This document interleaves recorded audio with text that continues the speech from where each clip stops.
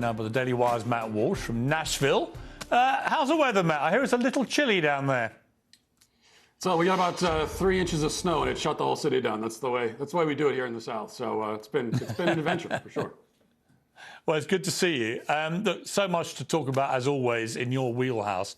But I want to talk about this extraordinary story about the Federal Aviation Administration actively recruiting workers who suffer severe intellectual disabilities, psychiatric problems, and other mental and physical conditions under a diversity and inclusion hiring initiative spelled out on the agency's website.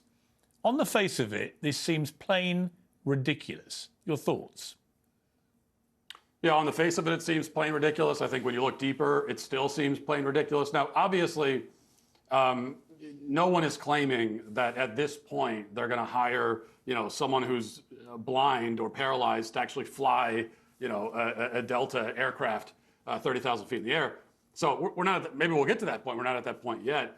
But the point is that they have decided. This goes back to, I believe, it was 2013, an Obama-era initiative by the FAA that they wanted to diversify the airline industry, and they have a lot of several different groups that they wanted to increase their participation in the airline industry, and those with disabilities is one of those groups.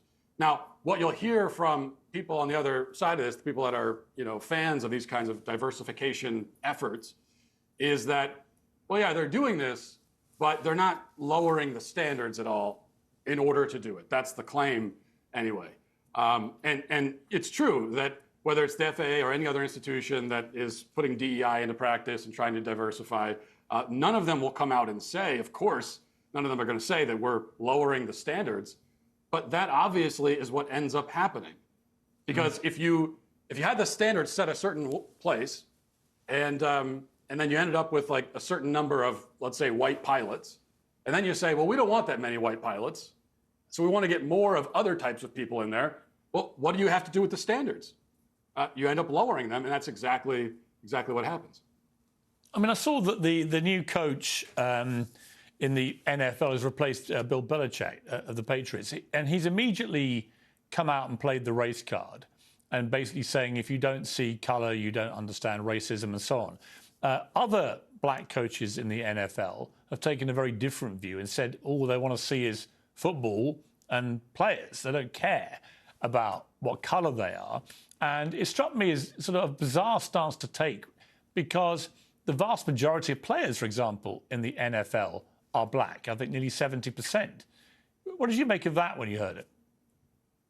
Well, I think if you are, if we're getting to the point where we can find anti-black racism in the NFL, well, then just the concept means nothing anymore. As you point out, I think it's like 70 to 80% of players in the NFL are black. The NFL, if you take all the different positions on the field and on the sidelines, it is, black people are vastly overrepresented when you compare them to the 13% of the overall population.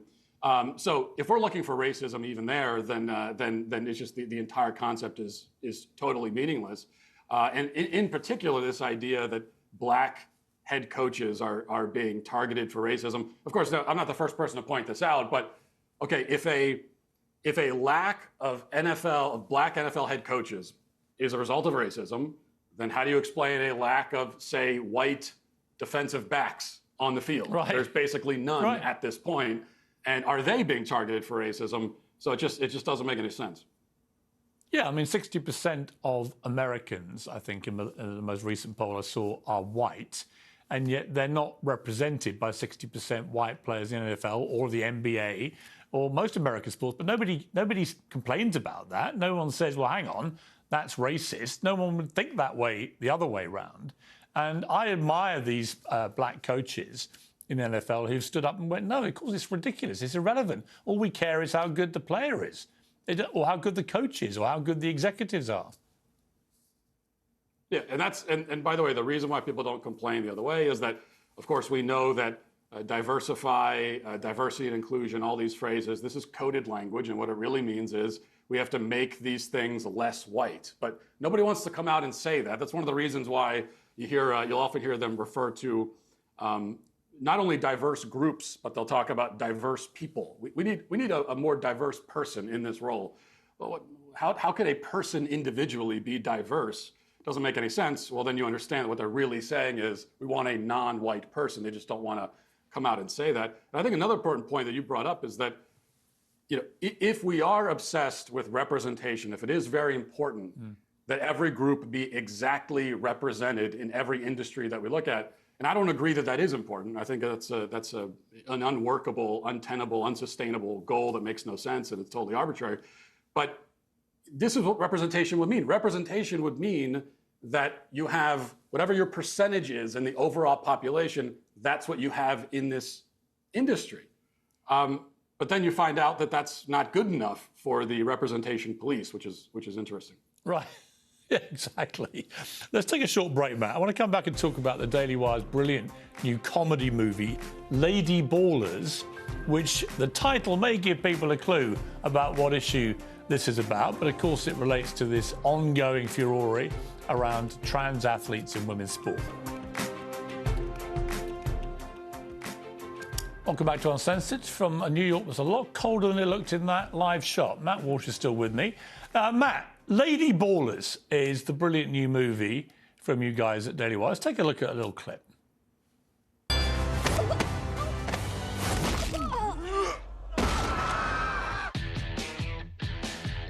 Let's cut to the chase. I know you're not a woman.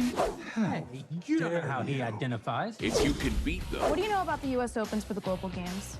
You want us to compete as women. $5,000 prizes. My lover says you were a great coach back in the day. Join. This is the way the world is now. My 8-year-old daughter told me all about it. So a guy can become a girl with no physical changes at all. Oh, that's called gender fluid. I mean, it's a brilliant idea. First of all, why did you make it? Well, I can't take credit for making the movie or writing it or anything like that. I play a relatively small role in the film, and I think my entire role is really just me being trolled by the director of the film, who's also CEO of the company, Jeremy Boring, where he decided to write a role for me where I am the exact opposite of who I am in real life, just to make me as uncomfortable as possible. So I'm playing this this kind of left-wing hippie character who's also a big hugger. I'm big into hugging people in the movie. But I think the reason why the movie exists is pretty simple. It's, number one, it's a really funny idea, and it's also it's the kind of movie that needs to exist. Like this whole concept of men competing against women in women's sports is absurd. It's ridiculous. It's laughable, and if this kind of thing was happening 25 years ago, there would probably be a comedy like this made about it. But these days, yes. Well, they don't really make comedies anymore at all, but they certainly aren't going to make a comedy making fun of this. So we did. And the truth is that it really takes the whole argument on the pro-trans athlete side to its logical conclusion. I've always, when I've interviewed politicians who don't want to speak common sense about this, I say, well, okay, so if you have limitless self-identity and anyone can say I'm now female, what happens if Usain Bolt or Floyd Mayweather decide they want to be a woman? Would you be happier than competing against biological females in women's sport? And they always have to say yes. And it's always completely preposterous. Floyd Mayweather would kill women in a ring, and Usain Bolt would win the 100 metres women's Olympic final by about 99 metres. I mean, it's an absurdity, which this film brilliantly lampoons, but is actually true. It is true, which is why you don't have to work that hard to make fun of it. You don't even have to exaggerate that much. This is one of the things that actually, maybe it makes satire difficult these days, is that the reality itself is so ridiculous that it's usually in satire, you're taking something, you're taking the logic to an extreme extent to show how ridiculous it is. But in this case, all you're doing is this is what's actually happening in real life. And I think that what you said there is key, though. You said that they have to. You were talking to someone who supports men and women's sports. They have to. They have to go along with it. They have to agree to whatever absurd scenario you throw at them. And they really do. They have to. But I don't think they actually believe it. I think that the number of people who really deep down believe that it's fair and right for biological males to compete against females in sports. I mean, the number of people is vanishingly small. But on the left, they've basically boxed themselves into a corner, and so they have to defend this, and we should make them defend it. Whilst simultaneously trying to pretend that they are pro-women's rights. I mean, that's the absurdity, because, of course, it's women's rights to fairness and equality that are being dismantled at this altar of virtue signalling nonsense. And they're also the people that have claimed in the past to care so much about maintaining women's sports. I mean, that's what Title IX was supposed to be about. You know, people often accuse me on the left. They'll say, well, you don't even care about women's sports that much. You're just pretending. I never said that. I don't wake up in the morning worrying about women's sports. I don't watch women's sports. So in that sense, yeah, I don't care about it in that sense. But I do care about just what's right. I care about what's logical, what makes sense. I care about the kids that are involved in these sports and protecting them. So. But if you do pretend that this is something that's very important to you, then the question is why aren't you there taking up? Right. This? I mean, I care because I have a 12-year-old daughter who's quite sporty, and I don't want her to, if she was to suddenly be very successful at some sport, in women's sport, I don't want to have her have a dream killed or a place in a team, or, you know, even you see it at Olympic level, you see women being deprived of an Olympic place, a coveted, glorious Olympic place by a biological male. That's just not right. It's not fair. It's not right. It's not equal. It's none of those things. And I also would not want my daughter, I wouldn't want her athletic opportunities taken from her if she decided to get into sports. I don't want her to be in a position where she has to go along with something that is a total farce. Like that, it's wrong to put anybody, especially kids, no matter what the context is, to put them in a position where they have to, where they feel pressured to go along with something like that. And especially when the pressure is coming from adults. I mean, it's one thing when you deal with peer pressure as a kid from other kids, but in this case, it's the adults that are using their authority and their power to usher you along in this direction. I think it's just utterly totally ridiculous. Now, I want to put two pictures up on the screen for our audience. These are both Calvin Klein underwear commercials. One stars a female model, and the other one stars the Bears actor Jeremy Allen White. And what is comical about this is that they both reveal a lot of flesh. In fact, the man reveals more flesh than the woman. The female one has been censored by the Advertising Standards Authority because it's overtly sexual, but the other one is apparently absolutely fine. I've seen this hypocrisy and double standard on these kind of things for decades, Matt. Right? It's absurd, isn't it? It is totally absurd.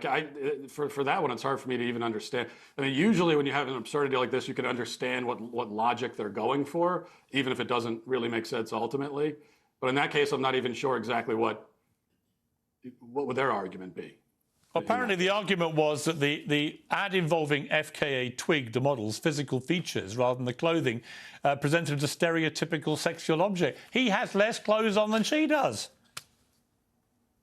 Yeah, it doesn't make any sense. But when you're talking about things like decency and modesty, and that's an important conversation to have. But I think in our culture we don't have a very coherent notion of what that even is or how to apply it, and that's how you end up with confused situations. Ridiculous. Like Matt, we've run out of time. It's always great to catch up with you. I hope it warms up down there, and hope to catch up with you again soon. Thank you very much.